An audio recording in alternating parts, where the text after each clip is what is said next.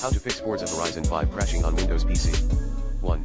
Run the game executable, Forza Horizon 5.exe. As administrator. 2. Update your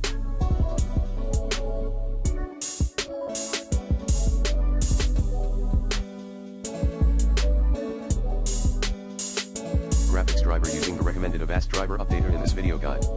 3. Check your antivirus software. Ensure your security software allow the Forza Horizon 5.exe through its settings. 4. Shut down.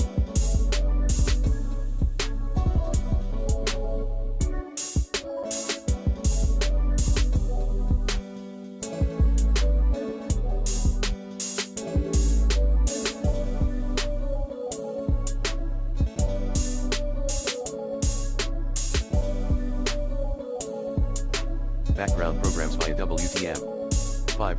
Refresh your network. 6. Perform a clean boot.